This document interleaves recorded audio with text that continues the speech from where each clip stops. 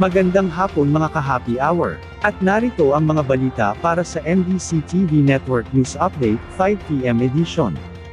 Matapos makaligtas sa panghaharas ng barko ng China PCG, ipinagpatuloy ang pamamahagi ng ayuda sa mga mangingisda sa Bajo de Masinloc. Nais hindi umalis ang Philippine Coast Guard sa kabila ng bagong panghaharas ng mga barko ng China sa Bajo de Masinloc. Ayon kay Commodore J. Tariela, ang tagapagsalita ng PCG para sa West Philippine Sea, ito ay para ipagpatuloy ng Teresa Magbanwa at MV Pamamalakaya, ang pagbibigay ng ayuda sa mga mangingisda, kabilang na ang gasoline, yelo at tubig.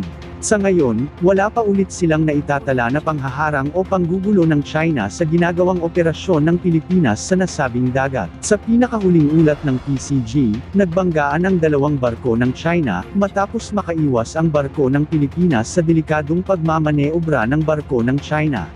04, this is Philippine Coast Guard vessel BRT Teresa Magbanwa, MRRV 9701. We have medical personnel on board. Should you need any assistance, we are willing to provide assistance. Samantala, sa Metro Manila ngayon, Yaman ng Kalusugan Program ng PhilHealth, inilunsad sa Mandaluyong City. Suportado ng pamahalaang lungsod ng Mandaluyong ang mga hakbang upang mapalawak pa ang pagbibigay ng serbisyong pangkalusugan sa iba't ibang sektor sa lungsod. Ito'y ayon kay Mandaluyong City Mayor Menchie Abalos, makaraang ilunsad ang Yaman ng Kalusugan Program o YAKAP na dating kilala bilang Konsultasyong Sulit at Tama o Konsulta Program. Lumahok sa nasabing aktibidad ang mga senior citizen, solo parent, benepisyaryo ng 4Ps at mga persons with disabilities mula sa iba't ibang barangay ng lungsod.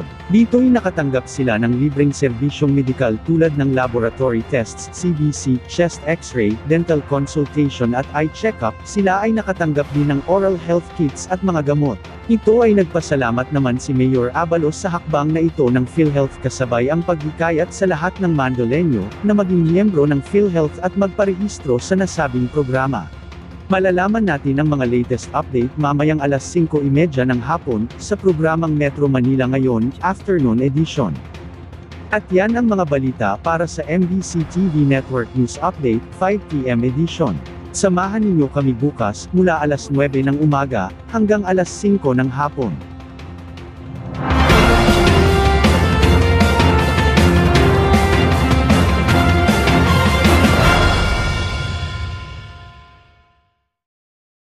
Mga ka-happy hour, kung gusto mong manood ang mga balita sa MBC TV Network News Update, mag-subscribe sa aming YouTube channel, i-like ang aming Facebook page, at i-follow sa aming TikTok account.